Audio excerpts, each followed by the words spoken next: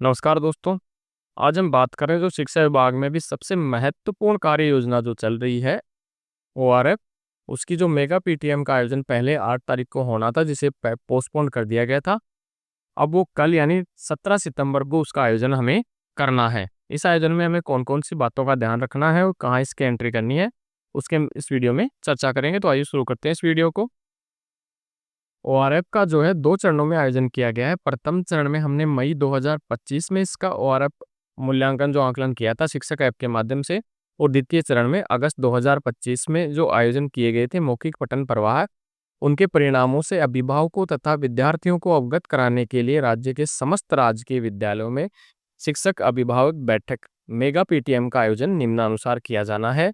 जो आयोजन की दिनांक है वो 17 सितंबर 2025, और जो इसका समय रहेगा वो विद्यालय समय में। स्थान स्वयं का विद्यालय आपका। इसके साथ ही दिनांक 17/9/2025 से दिनांक 2/10/2025 तक स्वच्छता ही सेवा पखवाड़ा भी प्रारंभ किया जा रहा है। इससे संबंधित जो गतिविधियां हैं वो भी विद्यालय में आयोजित की जाएंगी, जिसका शुभारंभ भी 17 सितंबर को वृक्षारोपण कार्यक्रम के माध्यम से किया जाएगा। इसके लिए प्रत्येक विद्यालय द्वारा प्रत्येक कक्षा के न्यूनतम 5 विद्यार्थियों की वृक्षारोपण करते हुए उनकी जो महिला अभिभावक आएंगी इस मीटिंग में, उनके साथ खींची हुई फोटो आपको इको क्लब पोर्टल पर संलग्न यूजर मैनुअल के अनुसार अपलोड की जानी सुनिश्चित करनी है। यानी जो मेगा पीटीएम है, इसके साथ ही जो इको क्लब पर है, आपको जो प्रत्येक कक्षा के 5 बच्चों से जो वृक्षारोपण करवाना है उसकी फोटो भी आपको वहाँ अपलोड करनी है।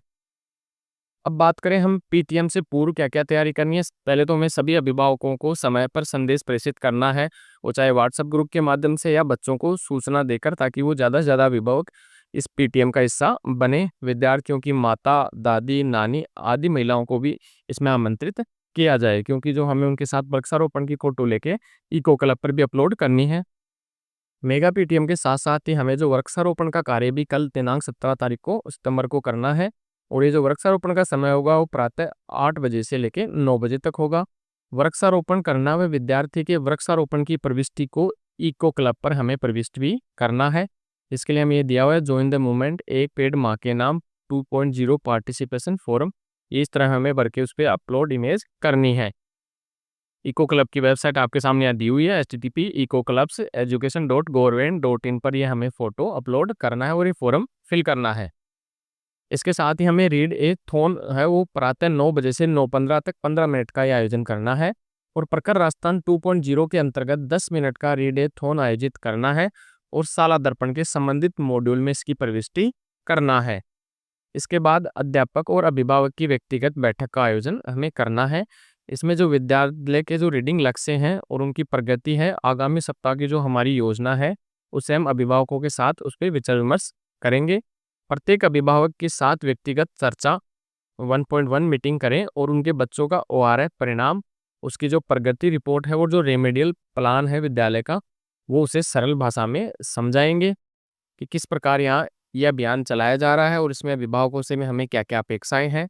अभिभावकों को विद्यालय का जो रीडिंग कॉर्नर बनाया है हमने, या लाइब्रेरी में बनाया है, या आपने जो कक्षा उसमें बनाया है वो दिखाएँ। विद्यार्थियों के कार्य एवं पुस्तकालय सामग्री दिखाएँ, ताकि वे विद्यार्थियों को सीखने की प्रक्रिया को नज़दीक से समझ सकें।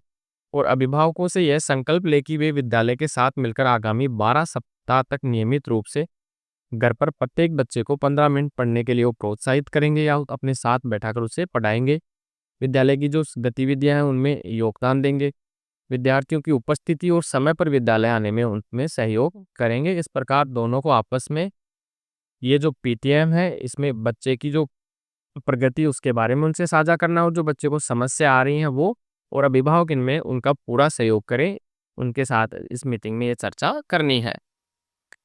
इसके बाद देखते हैं हम मीटिंग के पश्चात हमें कौन-कौन से कार्य करने हैं। अभिभावकों की उपस्थिति को हमें शाला दर्पण पोर्टल पर दर्ज करना सुनिश्चित करना है कि कितने अभिभावकों ने इसमें भाग लिया, वो संख्या हमें शाला दर्पण पोर्टल पर दर्ज करनी है।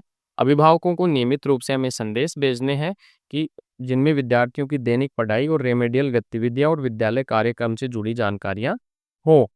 विद्यालय के व्हाट्सएप जो बच्चों के ग्रुप बना रखे कक्षावार, उनको सक्रिय रखें और उनमें पढ़ाई से जुड़ी सामग्री, गतिविधियां और दिशा निर्देश लगातार उनसे साझा करते रहें।